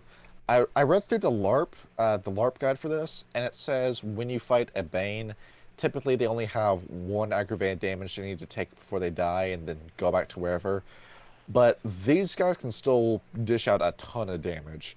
If you're dealing with a Smog Bane, he just needs to fly down your throat, and then all of a sudden you have cancer. Yeah, basically. Jesus. Also, so So next you have Resist Toxin. That's pretty easy. It basically just allows you to resist poison and toxin of all kinds. And that, hilariously enough, the wiki also adds eating refuse and American beer can be affected by resistant toxin. So, like, if you're desperate and you need to drink, like my Fiona character will, then I will need resist toxin in order to drink shitty beer. It's funny because that's also a Fiona gift that they start with, but in regards to resist toxin with Black Spiral Dancers, that also counts for radiation. Mm-hmm. You So- need to take that if you follow Green Dragon. Yes. So you drink radiation or you skip radiation? I mean, you could pick up a barrel of toxic waste and drink it with resist toxin. No, I feel like that'd still be ill-advised. Yeah. absolutely. You Next, get a you new got fun power off of that. Shroud, which is basically the darkness, Dark Cloud of Dark. Is it just called Darkness in 5e? Yeah. It's just called Darkness in D&D. Yeah, Shroud is basically that. You roll. What do I have to roll? Yeah. Yep. Or no, you burn a Gnosis point and then roll Gnosis, and basically it gives you a level of darkness depending on the kind of darkness you're trying to conjure. Like These are one of the ones that I like. But But the little fun effects where you can use that to cause some terror in your games. Just, Yep. oh, where's the Black Spiral? I can't see in this massive cloud of darkness. And you've seen Silence of the Lambs, right? Yes. heard of it. The I've whole never ending, seen it. that whole ending scene with Buffalo Bill. Yeah, when Clarice is just slowly walking through the hallway with her revolver out. And he's right in front of her face the entire time. Oh yeah. You And can then have you- scenes like that with that. Speaking of, there's Smell Fear, which is the last of the rank ones. Basically, Yes. you can quite literally detect whether or not somebody is threatened by you. You can smell fear on them with perception and empathy roll equal to the target's willpower. And that lasts for... You lose Gnosis per hour it's open, but you can sense anyone with the worm on them. It's pretty awesome. So what's fun about that ability, I know you haven't watched JoJo beginning to end, but you send me memes about this character in particular. Which one? The guy who was able to hide stuff in paper. No, you sent me that one, I thought. Yeah. Not you sent me the one where he opens the piece of paper and there's a gun inside. I remember that. That's how his power works on people. He needs to know you're afraid of him before his power can affect people. All right. So you can have some really fun scenes off of that. Like if you want to use detect fear, check out I think his name is Miyamoto from JoJo's Bizarre Adventure. Every scene involving him is great for that. Yep. Okay. Not only can they sense if someone's a worm, but they can also tell if someone's using sense worm on them, which is Exactly. also pretty cool. See, with these rank 2 abilities, some of these are kind of lame, Kyle. yeah, I noticed that. Do Like, Ears of the Bat and Horns of the Impaler. yeah, because I 1,000 voices. like 1,000 voices though. It's kind of just that's kind of just thaumaturgy, though. It is. I don't know. Wormhide is pretty sick too. I'm a big fan of Wormhide. That's one of the ones that I liked. Just because hardened skin into a leathery hide with pulsate discolored flesh, and if it's actually wounded, the wound takes a bluish tint. Yeah. So you expend 3 points of rage, and you basically harden yourself. So basically, basically Black Spiral bark Dancer skin. used harden. So Horns of the Impaler was one you told me. So This is a very underrated power. I haven't seen a single bit of artwork in any edition of Werewolf the Apocalypse that has this gift in it, and it sounds really sick. They grow a pair of spiraling, cottonous, black and green horns, usually worn as antlers, and it inflicts damage the same damage as a bite attack. Can be used a maximum of twice each round of combat, and you can also charge your enemies with it, which increases the amount of damage to strength plus 5 dice. I really like that power That because is there's something special that behind is that. super beefy. No, no, hold on a minute. Get this. You're missing the best part. What's that? That's a mockery of the Fianna using that power. Really? Yeah, because who's the totem of the Fianna? The stag. That's funny. Yeah, you're specifically mocking the Fianna when you use that power. If you kill a Fianna with that ability too, No, that's just bad manners. Yeah. just the scorn behind that. Oh yeah. Even though their story is wrong, but you know. Yeah. Okay, so Ears of the bat. Yeah, ears of the bat. I can do that for you. Do Patagia. Ears of the bat. You want echolocation? There you go. There's your echolocation with ears of the bat. it is sonar. That is it. I, So, I also like Patagia too. yep, large Yeah. flaps of skin. Remembering a flying squirrel, you can basically use them to glide. Now Glide that's at such a 25 freaky miles image. per hour, but you need to make dex and athletics rolls to avoid losing altitude. It's pretty cool though. Yeah. So, you watched End of Evangelion. Yes, I did. You remember the scene where they introduced the mass-produced divas? Yes, they all tried to kill what was her name? Asuna. Asuka. Yeah.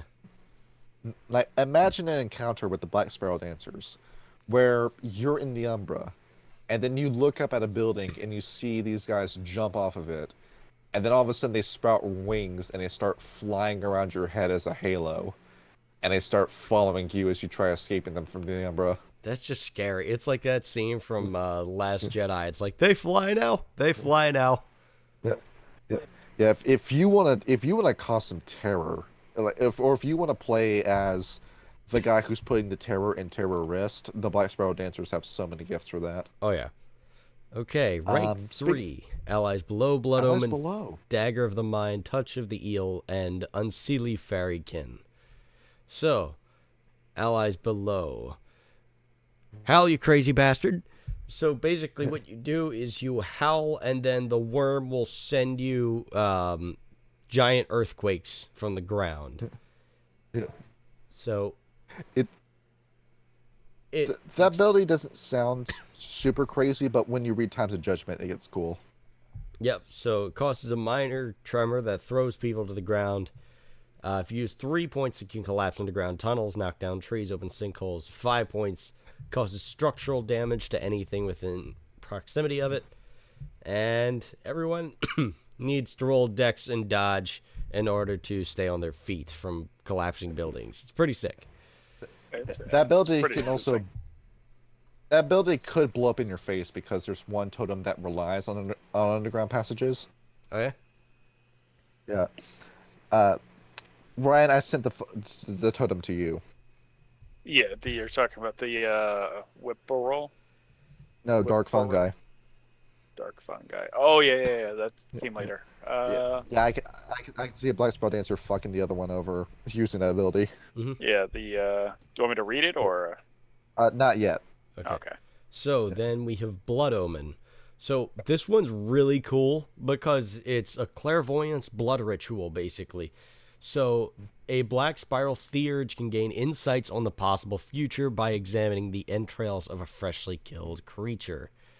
So it uses a point of gnosis and then uses intelligence and enigma rolls, and difficulty varies on the kind of creature that you use, and then the number of successes that you have on the roll is equal to the picture of the future. I think that's cool as hell. The fact that you could use the blood of something you just killed to tell the future. That's cool as shit. That is You also read. cool. You also read Mage the Ascension, and you have mention in Mage the Ascension of Roman mages doing that. Really? So, guess where they learned that from? The Black Sparrow dances. Yeah. Who taught who? Was it the mages or was it the werewolves? Indeed. Okay, so after Blood Omen, you have Dagger of the Mind. So, Dagger of the Mind, you can command a Bane to seed a particularly dark emotion in the mind of the prey. You can do paranoia, despair, remorse, lust. You can't do rage because you're already angry as a werewolf. And then you call upon the proper Urge Worm, and one of its servitors invokes the emotion within the target. So it burns a point of gnosis and requires a gnosis roll, and the victim can resist within a contested willpower, and then, excuse me, struggle to overcome the emotion and succumb to the desired emotion for a full hour. However, you can use an additional will point to temporarily get over it. But overall, this is one of the things that'll play a lot into the rites of the Black Spiral Dancers, because a lot of their game is based off of the corruption of other supposed kinfolk, I imagine, of other Garrow. Yep. And then we this power. This one's This cool. power that well, I was going to say something about the Mind Dagger. Oh yeah, what was that? That's how the consumption worms and defiler worms get you. Because think about it. A moral vice of the Fianna is that, they're horny all the time. I mean, that's the tribe that's known for having ravenous sex whenever they feel like it. And drinking. So, yeah. So what they have to do, just stick you with the Mind Dagger, and all of a sudden, you just can't stop thinking about sex. Mm-hmm. So, you end up going from brothel to brothel. You just aren't satisfied. No matter how many times you orgasm, you're just not done. So, you eventually go to a brothel that's run by the worm. They have an enticer waiting for you there, and that's how they get you. Oh, that's pretty freaky. Yeah. You put your hands on that enticer, it's over. You get baned. Yep. Yep. So you just have to keep the willpower coming. Oh, yeah. The willpower is so important in this game. Yep, and you are trapped in that for a full hour. Exactly. Okay, so Touch of the Eel. This one's a good offensive one for just fighting in general. So you can release current of electricity through conductive materials nearby. And if anyone touches it, they get a giant shock from that. Burns a point of rage, can carry a charge up to 30 yards. At a distance, it does 3 dice of damage, difficulty 7 to soak. By touch, it does 4 dice. So it is a very good, just straight offensive option. Yep. And then you have... what's up?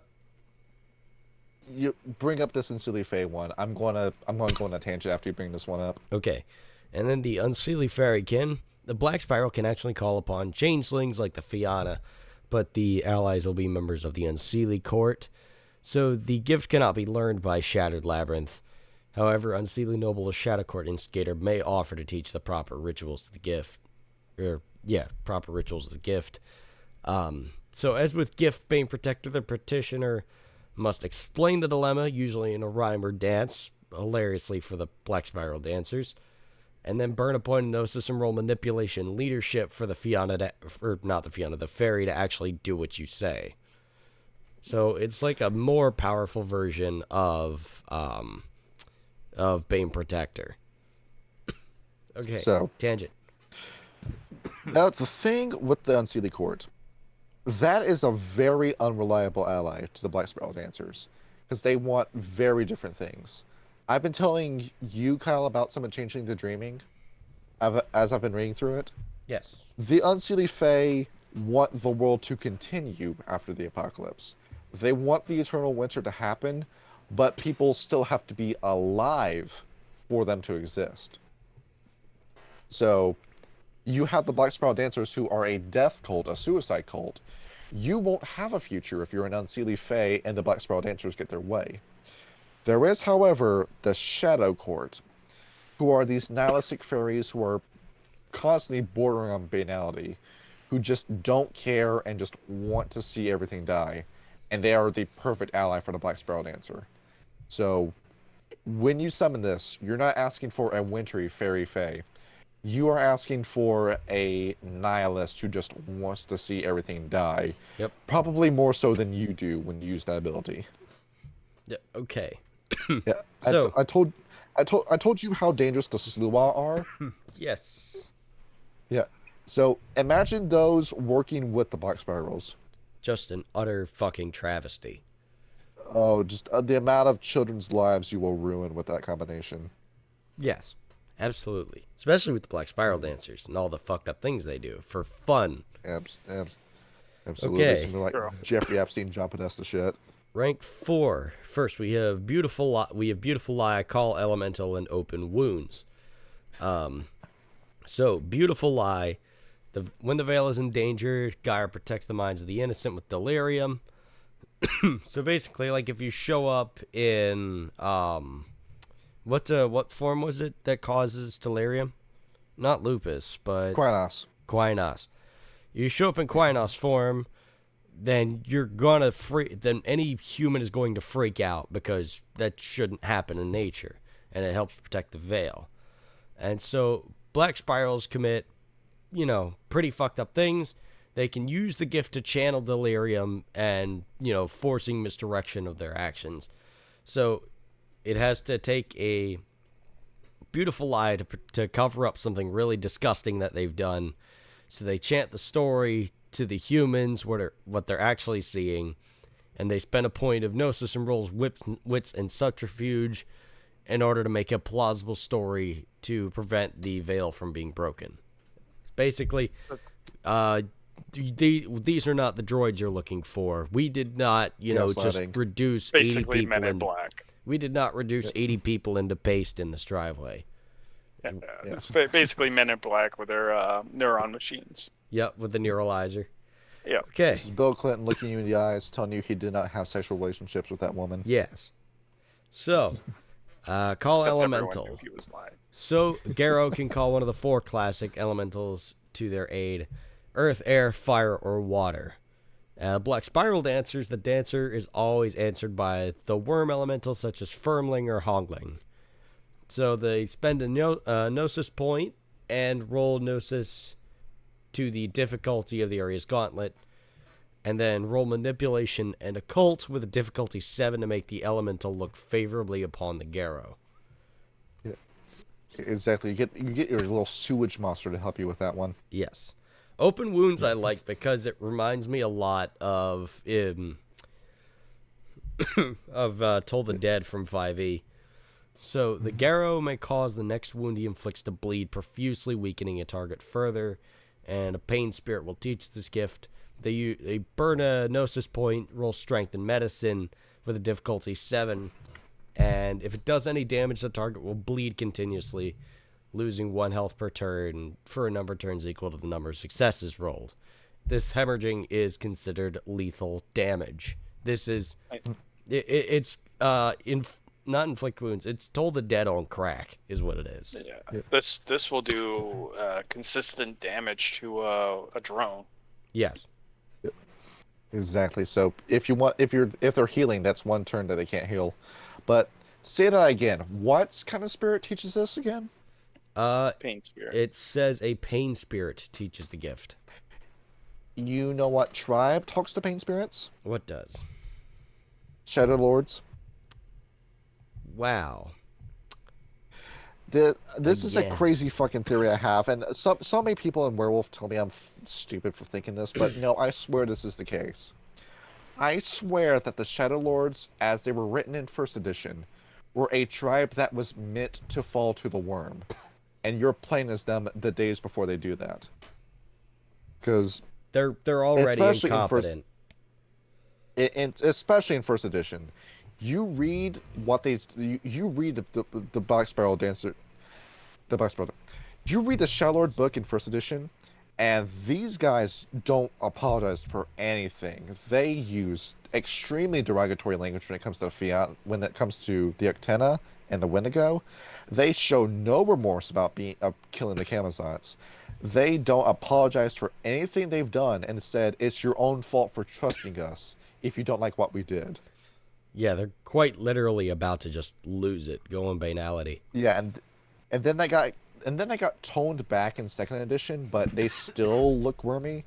And then that's just gone in Werewolf 20. Yep. And the Shadow Lords are just a parody of themselves by that point. Okay, give me 1 second. I need a chloroseptic because my throat's being shitty. Yeah. It's all good. Before we recorded this one, Kyle inhaled a smog spirit.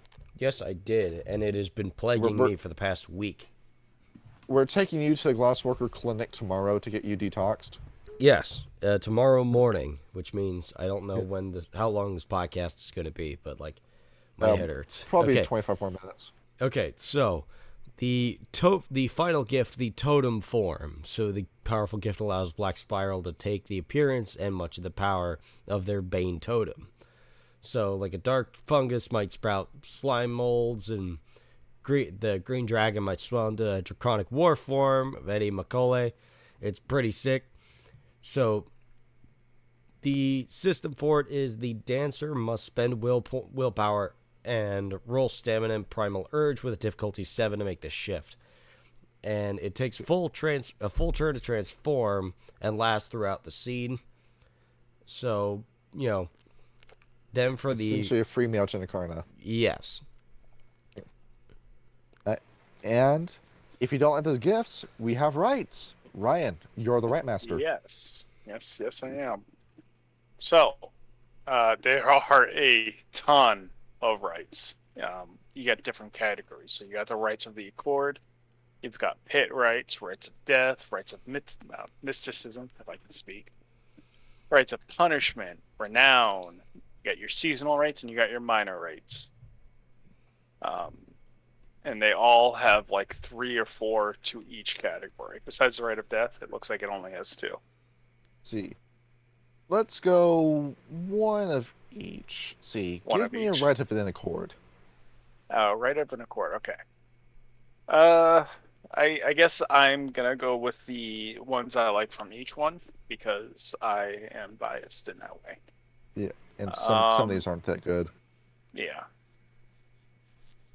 Do you want like a hefty amount of one, or the one you I'll feel just the go with most the first one. the one you feel the strongest about? So as I mentioned, there was a rite that allows a dancer to learn of another dancer's blood heritage. It's called the Rite of the Blood Taint. It's a level 1 rite. I'm just going to read the text because I'm not good with summarizing. So if the dancer suspects that someone contains the taint of a dancer blood in their heritage, they perform this rite. The rite master spends 1 gnosis point.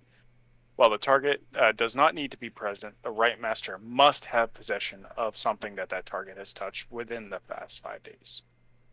This rite activates the tainted bloodline subtly, giving glimpse of violent and terrifying past lives, or causing Geru and kinfolk to hear voices that urge them to commit atrocities. The stronger the taint blood is, the more pronounced the effects are. A full-blooded dancer kinfolk might suffer a psychotic break, for example. The effects last for 1 session.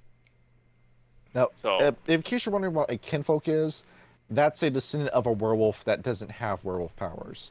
I thought that was a little stupid when I first read it, but then I remembered, oh no, the gauntlet. And also, Magadon Pharmaceuticals makes that worse. So, essentially, if you use this on a guy, that guy is a kinfolk, that guy is going to text his friends, don't come to school tomorrow after that rite happens on them. Yep. Yeah. And this is perfect for finding those, black spirals that, I don't know, you tied Black Fury's hands behind her back, had your way with her, and then left her alive, so she would eventually have your baby 9 months down the road. This is how you identify that baby. Yeah, fucked up shit we're talking about. Well, yeah, it's the Black Spiral dancers. They're supposed to be. Exactly. It's the Black Spiral dancers. A pit. This is their version of a cairn, by the way. A pit is what they call a cairn. Yeah. From what I've read, there's the steps, which is their main bases, and the pits are where they raise like their young the training grounds. Yeah, the training grounds of sorts. So there's 3 rites in there. I'm probably gonna go over the rite of Karen corruption because that sounds sick as fuck. This one's fun. It's a level 5 rite. Once the dancers take a Karen from the guru, their work is not done. This rite must be performed once a week, no more, no less. It takes 24 hours to perform, and it is required at least 5 dancers from the same pack to perform it. The rite is performed twice for each level of the Karen. During this time, the dancers may not perform other Karen or pit rites there, with the exception of the moot rite, which is one of the pit rites above.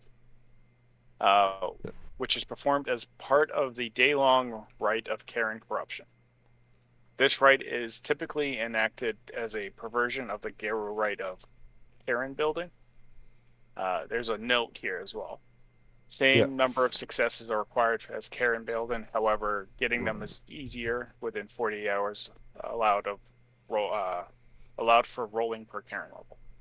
Corruption is easier than building something from scratch. However, corrupting a Karen is not held in any lesser regard than building one by the worm, especially since the Gaians Yeah, the Gaians. Yep. Gaians have weeks to plan a counter assault before Karen completely falls.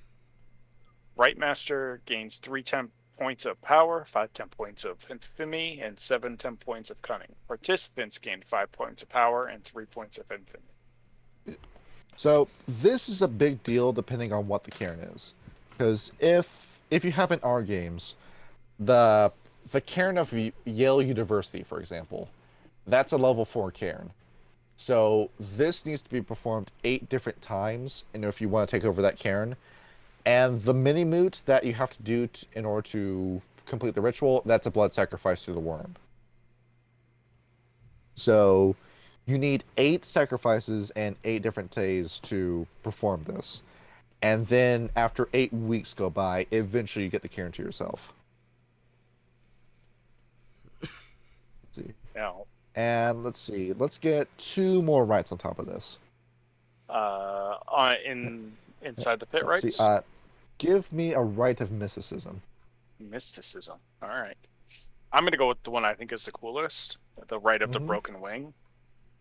Now, you Mhm. mentioned earlier something about birds and how killing one is Yeah, whippoorwill.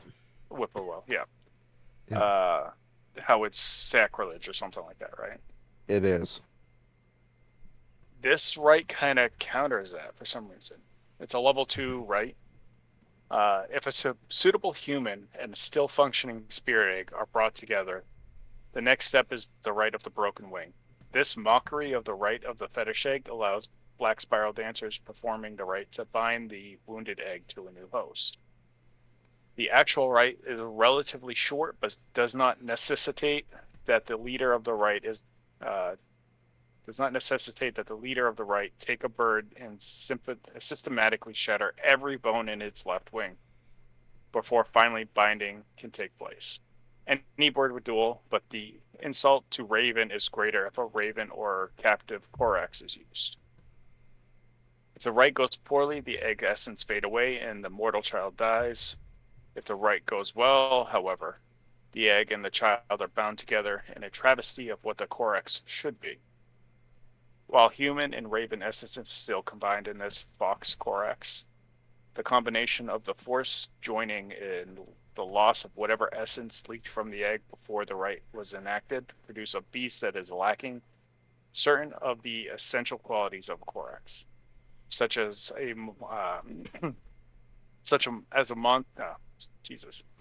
monster is called a buzzard or scabe by truer Corax, when the Corax does deign to speak at all of them.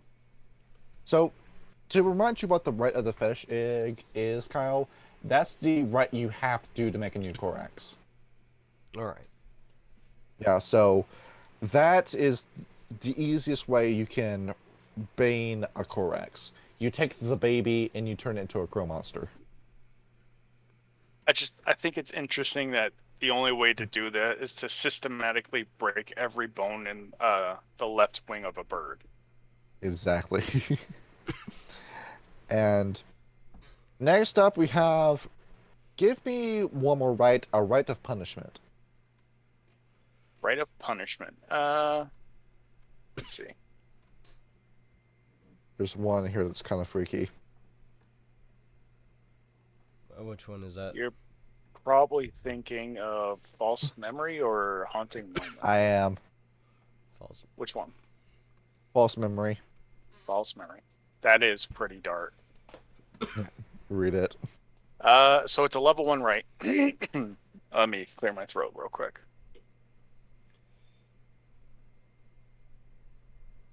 The Rat Master is channeling his mojo.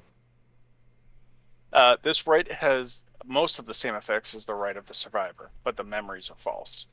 A dancer uses this rite to instill memories of horrific experiences in the mind of someone who she hasn't actually victimized.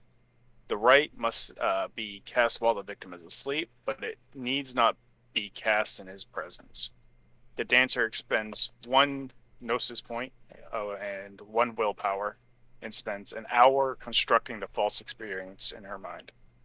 During this time, she anoints an item that belongs to the victim with 3 drops of her own blood. Once the item has been returned to the victim's possession or home, he will suffer flashbacks to nightmares of fictional experience. If he spends a willpower point to get a better picture of what happened, he'll develop a temporary and strong feeling of disconnection and unreality. And the details of the events will just slip beyond his grasp. The anointed possession is destroyed, the false memories slip away and never return. So that is diabolical, dude. Yeah, it's scary. And just want to say it's not as bad as the Rite of Survivor, which is also a level 1. Well, that one is also pretty nasty, but I'm also thinking of changing the dreaming in particular with this one. Oh yeah, 'Cause absolutely. You could have a changing the dreaming campaign where a black spiral dancer is the main villain, and once you find out a BSD is the main villain, God help you, because that guy is going to bring his entire posse and chase your changelings down once he figures out you're onto him. Dude, you could have like entire Freddy Krueger werewolves, dude. That's the stuff you can do.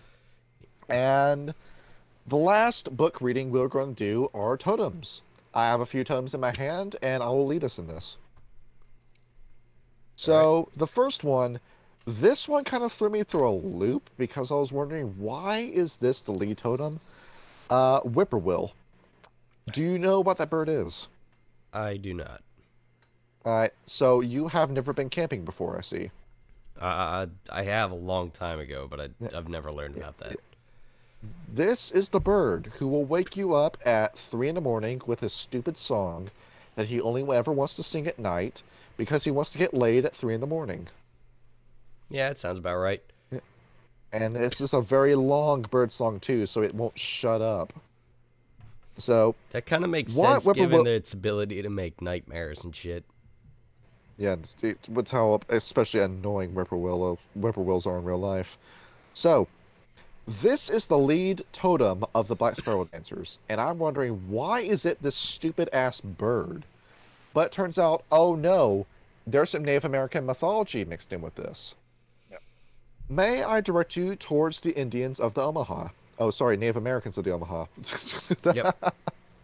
Ah, shit, that's going to get me in trouble. Nah, you're fine. Yeah. So the Omaha had a little legend where they saw the whippoorwill as a bird of death. If you answered the call of the whippoorwill and followed it, it would kill you, and it would steal your soul and drag it away to the netherworld. Or at least their interpretation of it. That's why whippoorwill is the main totem of the Black Spirals, because he follows the modus operandi of the consumption worm, devouring the souls of people and dragging them into hell. That's a fun ability that Whippoorwill has. What Whippoorwill is a little bitch. I hate this guy's guts. You take all the negative aspects of Cuckoo from the Get Famous book, and you make this guy insufferable. He's he's all the negative traits of Cuckoo rolled up into one bird. I don't see why anyone puts up with this guy. So, he's a guy that will specifically look for Geru going through Hirano depression, and he will intentionally drive them to suicide. That's what he does. That's so really fucked up. Oh, yeah. So what a fun person Whippoorwill is. If you want to follow this guy, he's kind of expensive. He's worth 6 points. What he will do is he will give you a little Whippoorwill sight. He will also give you the ability to imitate any bird, so you can make whatever bird call you want. And all followers of Whippoorwill gain 2 additional dice for all perception rolls involving spotting enemies at night. The ban: you must hold a moot for him twice a year. which is pretty lenient actually. I mean, stag asks for one once a month, but you can't kill any birds. Just no birds. You can't kill a bird. So I guess that means Oh, the which is broken wing is out. Oh well, yeah, as long as it doesn't kill it, I guess it's all right. True. yeah, because you're corrupting the bird. Yeah. But what's really funny about this, those tribes that were able to take on the Black Spirals one-on-one in times of judgment, the Not anymore. Serafangs are one of those tribes, and their totem is falcon. Okay. So that's the one bird that you did want to hurt, but no, Whippoorwill got in the way of that. So it's ironic to me that the guy who says no, you can't kill birds is killed by a tribe whose totem is a bird. Yeah. I think I That's did that it. on purpose. Yeah. And that's just ironic. It's ironic to me. This guy's scary as hell. Kirajima. Oh no, sorry, Kirajama, the hidden foe. So when you guys met the La Sombra in Vampire, Yeah. you got a peek of what Ruslan looked like underneath his armor, that the shadowy figure that he was underneath his armor. If That's I what this remember guy correctly, is. Ruslan was the one with the. He was the heavy armored armor? up guy, and Yeah, like all okay. of it was just sort of like a black mist beneath it. Yeah. Yeah, because he had no body anymore because of Oblivion. That's what Kirajama is. Just oblivion. Just a shadow. Yeah, he's just a shadow. Like nobody really knows what he looks like, because he just appears as this shadowy form. Sometimes it's human, sometimes it's quadrupedal. We don't know, and it's really freaky because I read what this guy does, and the impression I get is Mike Myers, a guy who's everyone and no one at the same time, who comes in, does his damage, leaves, and nobody knows what happened. So, if you want to make a serial killer, this is the guy you want his tone to be. Interesting. Alright. So, Kirajama gives an additional die in any stealth pool. It will also give you the ability to just turn invisible. Though servants of Kirajama can cast a false shadow or leave any clues regarding their presence as part of the gift. So, you can intentionally give yourself away to scare people while you're invisible. And they typically prefer intrigue and subterfuge. So, you're going to see Black Spirals put a lot of points into that. The ban: Kirajama's minions can never become famous. You will never get a point of renown if you follow Kirajama. Interesting. Yeah, so that's wonder what I why mean with the that Mike is. Myers thing. Yeah. Well, it's because you're a hitman. You're a serial killer. You don't want to get caught. Yep. I guess. Yeah. Yeah, your face appears on the news. It's over. Yeah, don't public shoot. Just stab. Jack the And Ripper on that sumbitch. Right. and here's the one we're all waiting for: Green Dragon. It is So- a dragon, but green. So Kyle, I've told you before about Korn, right, from Warhammer. Yes. This is essentially Korn. Blood for the Blood God. Skulls for the Skull Throne. Yes. Yeah, he is anger, rage, and power incarnate. He wants to see people die. His religion is a bloodletting. And this guy used to be Lion's best friend, the White Howler Lion. But He's- then corruption. That's right. He stuck around the Malpheus and he got corrupted. I mean, what did he think was going to happen? Exactly. So, what this guy does is that he gives you the power to breathe green flames. This is an instant kill against most enemies. Yeah, I can imagine. 'Cause that's not just fire, that's nuclear fire that you're breathing. Goddamn. Yeah, it's Godzilla, basically. And your drawback is the same as what there's another I want to say Fire Drake, but I think I'm wrong about that. You can't ever retreat from battle when you take Green Dragon as your totem. Well, he didn't either, which is why he's corrupted Yeah. now. Yeah, and fitting. Yeah. I'm just saying, Grim would go go hand in hand with this totem. Yeah. The Green Dragon. You want the green flames? Absolutely not. No. You better resist your own poison because this guy could kill you with his own power. I'm gonna have a And by the way, lot of this guy's fucking work to expensive do as this hell. game. That's This when you guy's take that. expensive as hell. He's 9 background costs, by the way. That's when you take that resist Jesus. toxin gift. Yeah. Yep. See, and let's give you guys one more of them. We are not talking about Relshab. We are going to talk about Hakaken. That Shadow Lord theory I brought up before. This is my other point of evidence. So, Hakaken is this weird mishmash between a Tyrannosaurus Rex and a crab. Imagine what that looks like. It's horrifying. Yeah, it's kind of scary.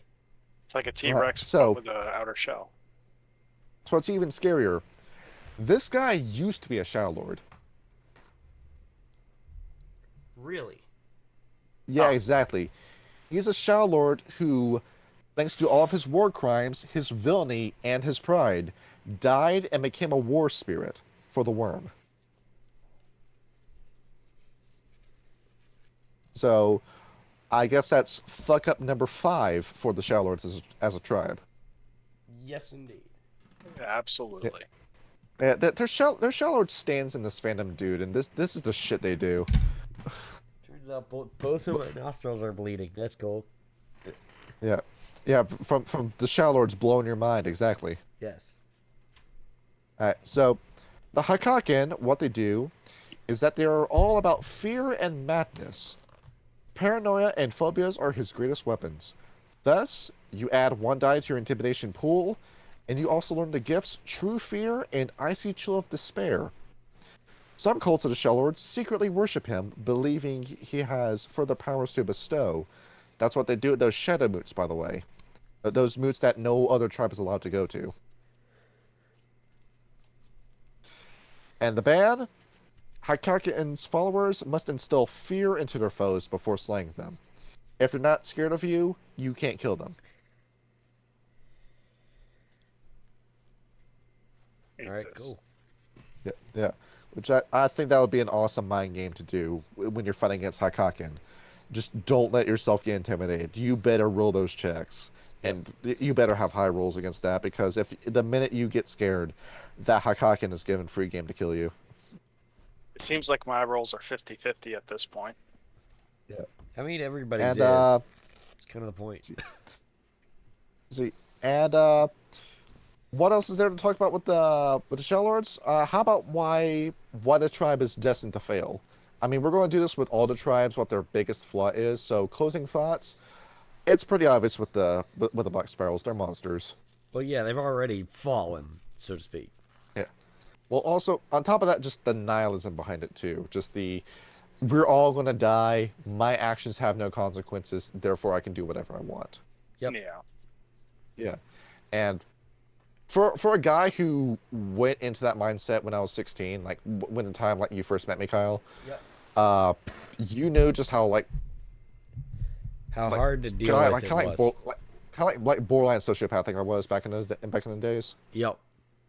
Yeah. So it just took me learning my actions did matter and that I was hurting people for me to get out of that. But the Shallards will never have that moment. They won't ever realize that they're hurting people. They won't ever feel guilty. They'll just be monsters for the rest of their days. Well, that is the whole pull of the worm, is that Yeah. the world is It's- going to die and I will consume it. It's death, it's corruption, it's decay. You can't build anything from that.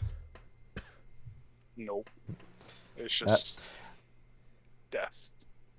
Right? And do either of you have any closing thoughts? Yeah, both of my nostrils are bleeding. I've never had that happen before. It's because you have a boner. That's what that means in Asian cultures. I guess so. Yes. So I found one right that I don't understand, and it's greet the worm. You Create spend the worm. 3 weeks performing this right, and you get a +1 to social interactions or something like that. Yeah, with the worm. Yeah, it's. I don't see the benefit.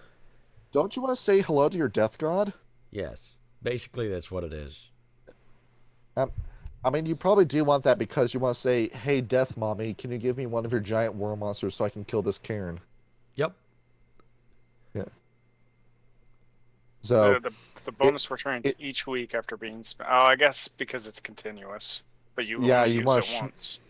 yeah, schmooze the worm.